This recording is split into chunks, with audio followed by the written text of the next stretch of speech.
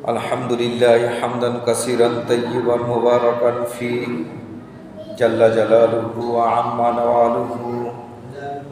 আসসালাতু ওয়াসসালামু আলাইকা ইয়া রাসূলাল্লাহ ওয়া আলিকা ওয়া আসহাবিকা ইয়া নাবিয়াল্লাহ। আম্মা বা'দু ফাআউযু বিল্লাহি মিনাশ শাইতানির রাজীম। সকলে মহাব্বতে বলুন বিসমিল্লাহির রাহমানির রহিম। ওয়ালাকাদ ইয়াসসারনাল কুরআনা লিযিকরি ফাহাল মিন মুদ্দাকির ইয়া আখিরিল আয়াত। وعن عثمان رضي الله تعالى عنه قال رسول الله صلى الله عليه وسلم خيركم من تعلم القرآن وعلمه. وعن انس رضي الله تعالى عنه قال رسول الله صلى الله عليه وسلم طلب العلم فريضة على كل مسلم يا آخر الحديث. إن الله وملائكته يصلون على النبي يا أيها الذين آمنوا صلوا عليه وسلموا تسليما. اللهم صل على سيدنا مولانا محمد وعلى آل سيدنا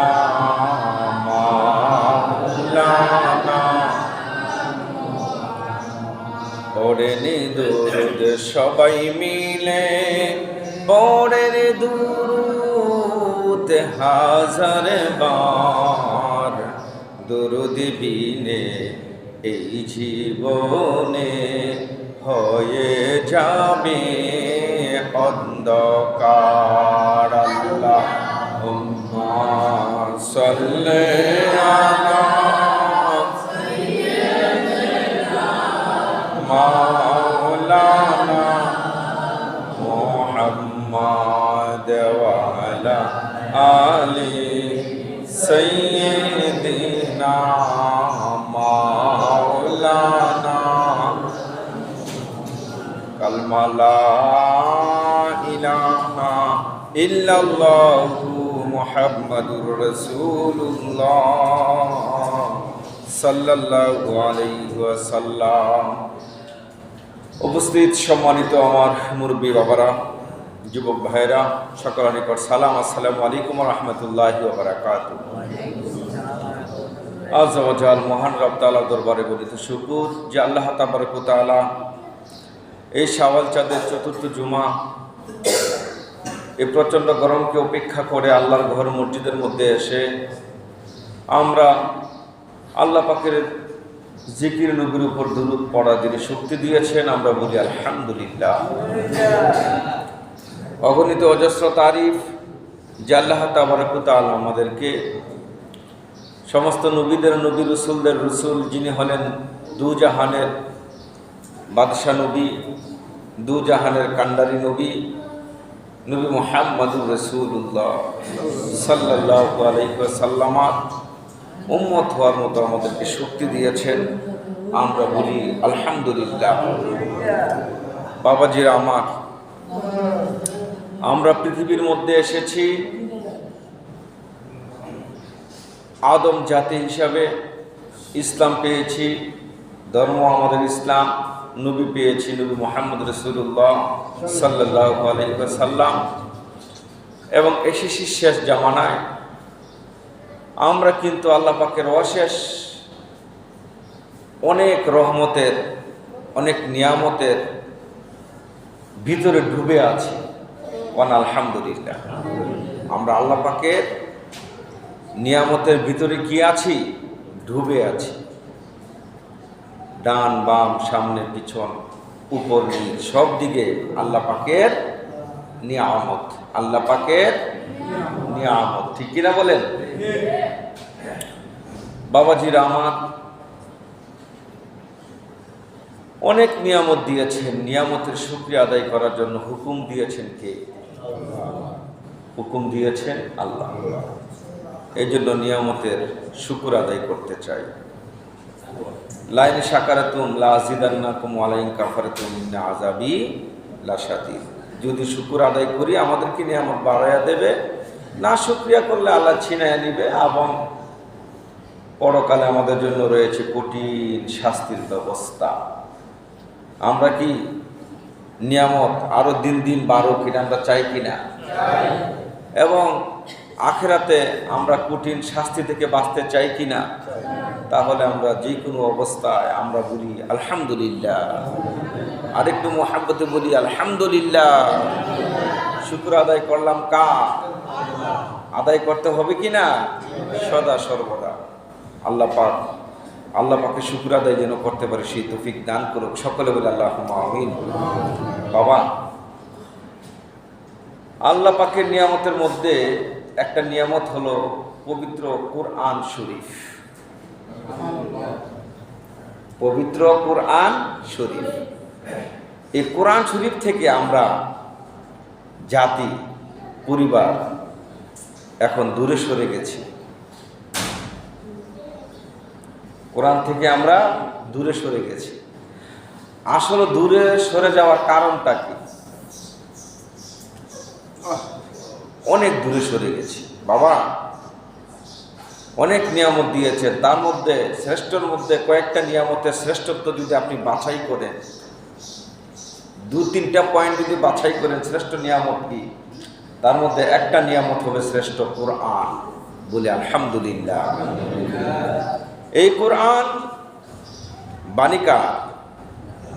বাণিকা কে এনেছেন? জিবরাইল। কার কাছে এনেছেন? নবীজির কাছে। দেখেন, যার বাণী তিনি হলেন আল্লাহ। ফেরেশতাদের লিডার জিবরাইল আমিন নবীর কাছে বার্তাবাহক হয়ে এসেছেন। আর যেই নবীর কাছে এসেছেন এই কোরআনটা হলো সমস্ত নবীদের নবী, সমস্ত রসুলদের রসুল। সুবহানাল্লাহ। আর এই কোরআনকে যিনি ধারণ করবেন তিনি হবে শ্রেষ্ঠ মানুষ। সুবহানাল্লাহ। এখন যদি প্রশ্ন করি, হুজুর শ্রেষ্ঠ মানুষকে, আমি আপনাদেরকে প্রশ্ন করলাম শ্রেষ্ঠ মানুষকে? আব্দুল্লাহ। আচ্ছা, আল্লাহ আল্লাহ। শ্রেষ্ঠ মানুষ কে? আপনারা বলবেন যার 1000 কোটি টাকা আছে, এ কথা বলবেন? যার 20টা বাড়ি আছে, যার 110 তলা বিল্ডিং 100টা আছে, সে কি শ্রেষ্ঠ? শ্রেষ্ঠ কে? মানুষের মধ্যে শ্রেষ্ঠ তো নবী, ঠিক আছে, কিন্তু এখন আমরা আম মানুষের মধ্যে শ্রেষ্ঠ কে?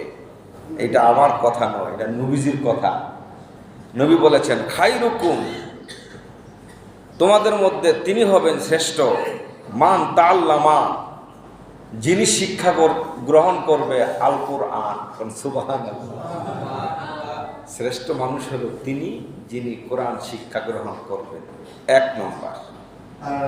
2 নম্বর ওয়া আল্লামাহু, এবং যিনি এই কোরআনকে শিক্ষা দিবেন তিনি। কোন সুবহানাল্লাহ, আল্লাহু আকবার। আমার নবী বলেন, এই হাদিসটা বর্ণনা করেছেন উসমান জিন্নুরাইন রাদিয়াল্লাহু তাআলা আনহু। যে উসমান এক সময়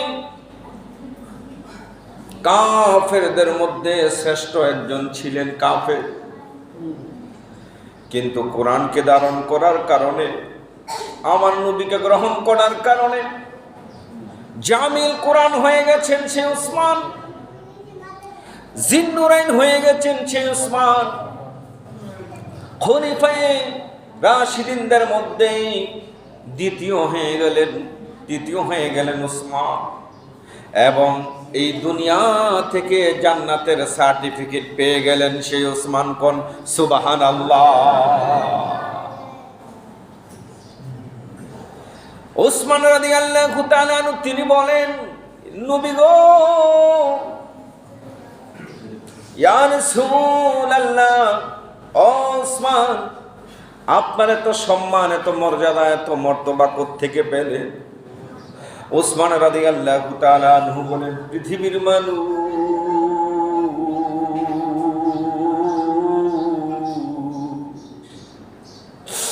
আমি যেদিন থেকে নবীর মুখে শুনেছি এই কোরআন নাকি একদিন হাসরের মাঠে সুপারিশকারী হয়ে যাবে, একজন হাফেজ সাহেব 10 জন জাহান্নামী নির্ধারিত হয়ে গেছে, যাদের উপর জাহান্নাম ওয়াজিব হয়ে গেছে। ওই ওয়াজিব ওয়ালা জাহান্নামীদেরকে জাহান্নাম থেকে মুক্ত করে জান্নাতে দিয়ে দিবেন। একজন আলেম 10 জন নয়, 700 নয়, 7,000-এর উপরেও যদি সত্যিকারের একজন আলেম হয়, ওই আলেমের বন্ধুরা যিনি কোরআনকে বুঝেছেন, কোরআনকে ধারণ করেছেন, কোরআনকে তিনি প্র্যাকটিক্যালি তার জীবনে বাস্তবায়িত করেছেন, এমন জাহান্নামীদেরকেও জান্নাতে দিতে পারবেন। কোন সুবহানাল্লাহ। পৃথিবীর মানুষ, তোমরা যখন গড়ে আছো, নাই নেত্রী ছেলে মেয়েদেরকে কোলে নেয় কিনা? বাবা মা সন্তান, ছোট্ট সন্তান থাকলে ছোট্ট সন্তানকে বুকে ধারণ করে নাতিকে কোলে নেয়, নাতিনকে কোলে নেয়, নেয় না? আত্মীয় স্বজন ছোট বাগনা বাগনি থাকলে কোলে নেয়, আদর করে, চুমু খায়, মহাব্বত করে। বাবা মা সন্তানদেরকে মহাব্বত করে। আমি তেমনি করে রে, আমি যখন কোথাও যাইতাম কোরআনের দিকে তাকাইয়া বলতাম, কোরআন আমি যাচ্ছি বাড়ি থেকে, আবার যখন ফিরে আসতাম কোরআনটাকে আমি আগে ধরতাম, ধরে মুহাব্বত করে বুকের মধ্যে নিয়ে চুমা খাইতাম। কোন সুবহানাল্লাহ। আমি কোরআনকে মুহাব্বত করার কারণে আমার এত সম্মান, এত মর্যাদা, এত মর্তবা হয়ে গেছে। বন্ধুরা আমার, যিনি সবচাইতে বেশি হাদিস বর্ণনা করেছেন নাম হলো আনাস রাদিয়াল্লাহু তাআলা আনহু। তিনি বলেন, আল্লাহ রাসূল সাল্লাল্লাহু আলাইহি ওয়াসাল্লাম ইরশাদ করেন, পৃথিবীর মধ্যে ইলম শিক্ষা গ্রহণ করা প্রত্যেক মুসলমান নরনারীর উপর কি ফরজ। তলাবুল ইলমি ফরিদাতুন আলা কুল্লি মুসলিম ওয়া মুসলিমা। প্রত্যেক নরনারীর উপর কোরআন শরীফ বা ইলম, বিদ্যা, জ্ঞান শিক্ষা করা ফরজ। বন্ধুরা আমার, এই যে কোরআন শরীফ, কোন বিদ্যা, কোন ইলম? কোরআন শরীফের ইলম। এটা কি বেশি কঠিন? অন্যান্য ভাষার চাইতে আরবি ভাষা কি কঠিন না সহজ? কোন দেখিস, কঠিন না সহজ? ইংরেজি অক্ষর প্রায় 50, বাংলা অক্ষর প্রায় 50টা আছে, 11টা স্বরবর্ণ, ব্যঞ্জন বর্ণ প্রায় 39টা, মোট মিলে কয়টা? 50টা। ইংরেজি অক্ষর 26। বন্ধুরা আমার, কোরআনের আছে 29টা অক্ষর। কোরআন শরীফ পড়তে গেলে এত কঠিন নয়, এইটা বেশি কঠিন নয়, কিন্তু আমাদের সমাজের মানুষরা ছোট্টকালে শিশুদেরকে শিক্ষা দেয়, কিন্তু বড় হলে অনেকে ভুলে যায়। আছে কিনা? এমন আছে না? বড় হলে ভুলে যায়, আর শিক্ষা গ্রহণ করে না। বাবারে আমার, নবীর আদর্শের দিকে তাকায়া দেখেন। আমার নবী পৃথিবীর মধ্যে এসে 40 বছর তিনি পূর্ণ বয়স হলেন। নবী তো আগেই নবী ছিলেন, কিন্তু 40 বছর যখন নবী, তখন আমার আল্লাহ হুকুম করলেন, আপনি ইসলাম প্রচার শুরু করেন। কোন সুবহানাল্লাহ। নবী দাওয়াত দেওয়া শুরু করলেন কয় বছর বয়সে? 40 বছর বয়সে। এবং যেই বয়সে নবীজি ইসলামের দাওয়াত দিলেন, সেই বয়সে কি নবীজি ছোট্ট 7 বছরের নিচে ছেলেদেরকে পাইছে নাকি বড় বড়? আবু বকর রাদিয়াল্লাহু আনহু বয়স কত ছিল? নবীর বয়স কাছাকাছি। সাইয়েদনা ওমর, উসমান, আলী, এইভাবে যত সাহাবী ছিল, 1,25,000 সাহাবী। এরা কি নাবালক শিশু ছিল নাকি বড় বড় ছিল? বয়স্ক মানুষ ছিল না? কেউ অনেক বয়স হয়ে গেছেন। এই বয়স্ক মানুষ নবীর কাছে ধর্ম গ্রহণ করেছেন। সুবহানাল্লাহ। ইসলাম ধর্ম গ্রহণ করেছেন, করে এরা কোরআনওয়ালা হয়েছে। এরা কিওয়ালা হয়েছে? কোরআন পাঠকারীওয়ালা হয়েছেন, কোরআন পড়নেকারী হয়েছেন। এরা শুদ্ধ করে সূরাসমূহ শিখেছেন। এই সূরাসমূহ শিখে তারা আমল করেছেন। সুবহানাল্লাহ। এটা একটা জানার বিষয়, বুঝার বিষয়। এত বয়স্ক সাহাবীরা বয়স্ক হওয়ার পরে তারা কোরআন শিক্ষা গ্রহণ করেছেন, হাফিজুল কোরআন হয়েছেন। হওয়া এই যে তাদের জীবনে বাস্তবায়িত করেছেন কোরআন, তাদের সম্মান বাড়ছে না কমছে? কেমন বাড়ছে? কেমন বাড়ছে? নবীগণের পরে যাদের সম্মান তারা হলো আল্লাহ নবীর সাহাবী। সুবহানাল্লাহ। যারা নবীকে গ্রহণ করেছেন, কোরআনকে গ্রহণ করেছেন, সামান্যর জন্য হলে তাদের কত মর্যাদা, কত পজিশন বেড়ে গিয়েছে। বাবা, আমরা এই সমাজে আজকে আমরা কোরআন থেকে অনেক দূরে সরে গিয়েছি। কোরআন থেকে আমরা অনেক দূরে সরে গিয়েছি। এটাকে আমরা কঠিন ভাবতে আছি। আমরা বিভিন্ন ইউটিউব, মোবাইল, ফেসবুক, বিভিন্ন এইসব কিছু খুব সহজ মনে করতেছি, করে আমরা কোরআন থেকে অনেক দূরে সরে গিয়েছি। বাবা, আল্লাহর রাস্তায় আপনাদেরকে বলি, কোরআনকে ধারণ করেন। কোরআন ধারণ করলে আমার আল্লাহ খুশি হয় কিনা? জবান খুলে বলুন, খুশি হয় কিনা? অনেক খুশি হয়। বিশেষ করে আমি আজকে 14টা কারণ আমি লিখে এনেছিলাম, শুধু 7টা কারণ বলবো। 1 নম্বর হলো, এই কোরআনকে যিনি ধারণ করবেন, কোরআনকে যারা সম্মান করবেন, কোরআনকে যারা ইজ্জত করবেন, কোরআনকে যারা পড়বেন, তাদের সমস্ত অভাব, সমস্ত সমস্যা সমাধান করে দিবেন কে? বলেন, সমাধান করে দিবেন কে? আপনার যদি সমস্ত অভাব অনটন, সমস্ত সমস্যাগুলো এই কোরআনকে ধরার কারণে, কোরআনকে পড়ার কারণে আপনার সমাধান হয়ে যায়, তাহলে কোরআন পাঠ করার প্রয়োজন আছে কি আছে না? জবান খুলে বলুন, কোরআন পাঠ করার প্রয়োজন আছে কি আছে না? অবশ্যই আছে। বাবাজিরা আমার, তারপরে আমি যেইটা বলবো সেটা হলো 2 নম্বরে বলবো, কোরআন তেলাওয়াত করলে নেকের প্রয়োজন আছে। নেক হয় কি হয় না? কেমন নেক হয়? একটা হরফ তেলাওয়াত করলে নেকি কয়টা হয়? কয়টা হয়? 10টা। এটা নিম্নে 10টা। আর যদি বুঝে শুনে আপনি পড়তে পারেন, আল্লাহ পাক আপনার আমলনামায় কত যে নেকি দিবেন আল্লাহই জানেন। কোন সুবহানাল্লাহ। তাহলে আমরা কোরআন শরীফ তেলাওয়াত করতে চাই কি চাই না? মহব্বতে বলুন, কোরআন তেলাওয়াত আমরা সবাই করতে চাই কি চাই না? কোরআন তেলাওয়াত করতে হয়। তারপরে কোরআন তেলাওয়াত করলে মর্যাদা বেড়ে যায়। কি বেড়ে যায়? তার মর্যাদা বেড়ে যায়, সম্মান বেড়ে যায়, তার ইজ্জত বেড়ে যায়। এই কোরআন তেলাওয়াতকারীর সম্মান বেড়ে যায়, ইজ্জত বেড়ে যায়। বাবারা, এই সম্মানের জন্য, ইজ্জতের জন্য আমরা অনেক চেষ্টা করি, কিন্তু কিসে ইজ্জত আছে গো, এইটাই তো আমরা বুঝি না। এটা থেকে আমরা অনেকটা পিছিয়ে রয়েছি। উচ্চ আওয়াজ দিয়ে বলেন, সম্মান পেতে হলে, মর্যাদাবান হতে হলে কোরআন তেলাওয়াতের প্রয়োজন আছে কি আছে না? দরকার আছে কি না? আছে। বাবাজিরা আমার, এখন প্রশ্ন হলো যে আমরা এখন মুরব্বী হয়ে গেছি।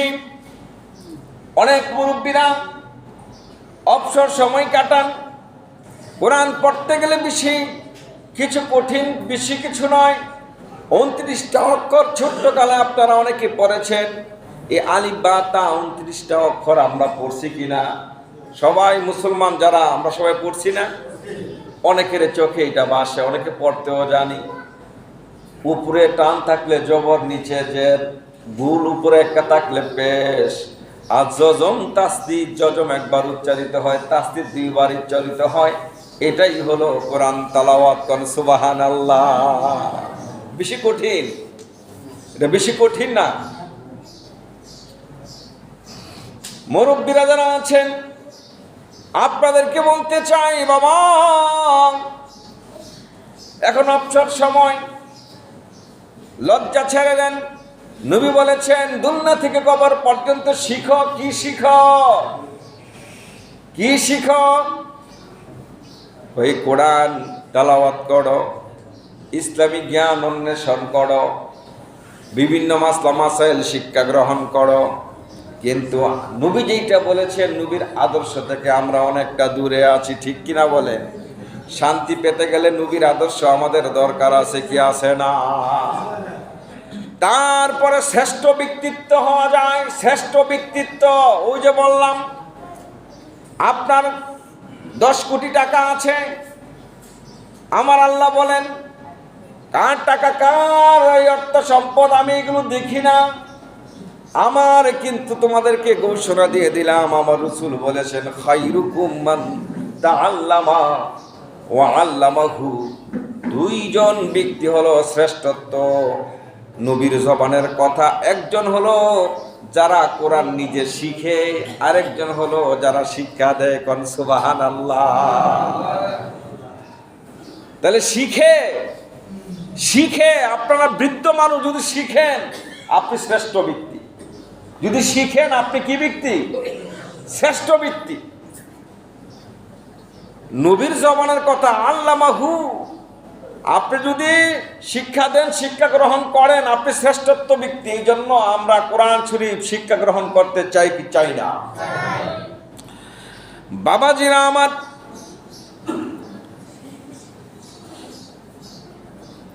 এই কোরআনকে সম্মান করা, কোরআনকে সম্মান করা, সরাসরি আমার আল্লাহকে সম্মান করা,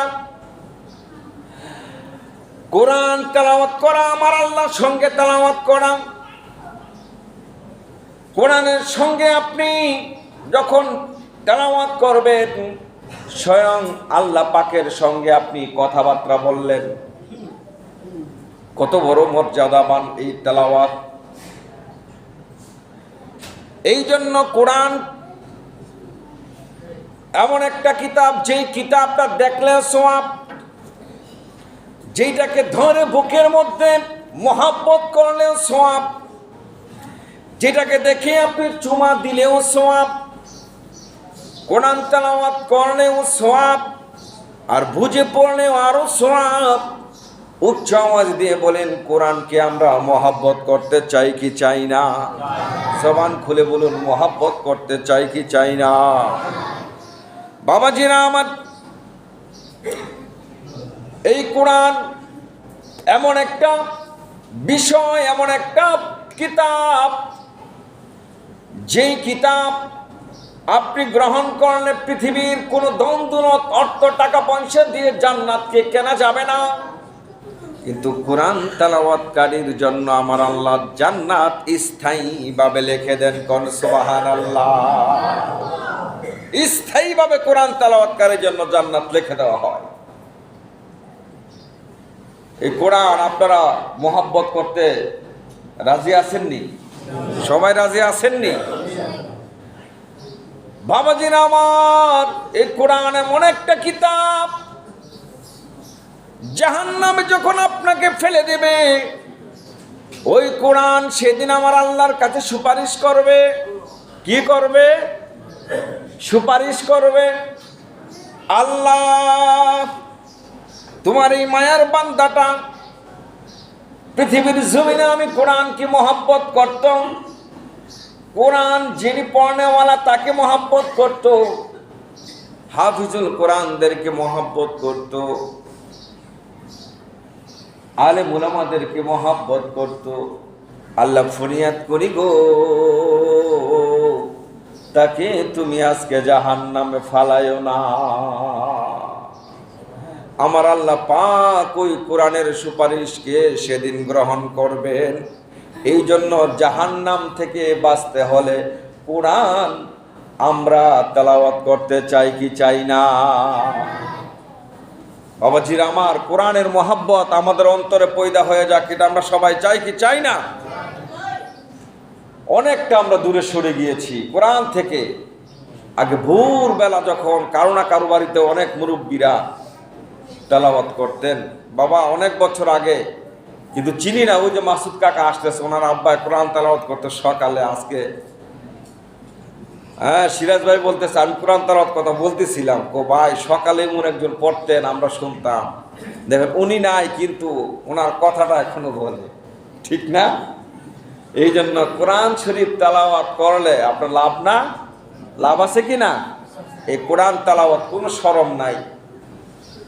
বাবাজিরা আমার, ছোট্ট ছোট্ট ছেলে মেয়েদেরকে মুক্তবের মধ্যে পাঠাতে হবে। 7 বছর হলে তাদেরকে অবশ্যই মুক্তবের মধ্যে পাঠিয়ে দিবেন কোরআন তেলাওয়াত করার জন্য, শিখার জন্য।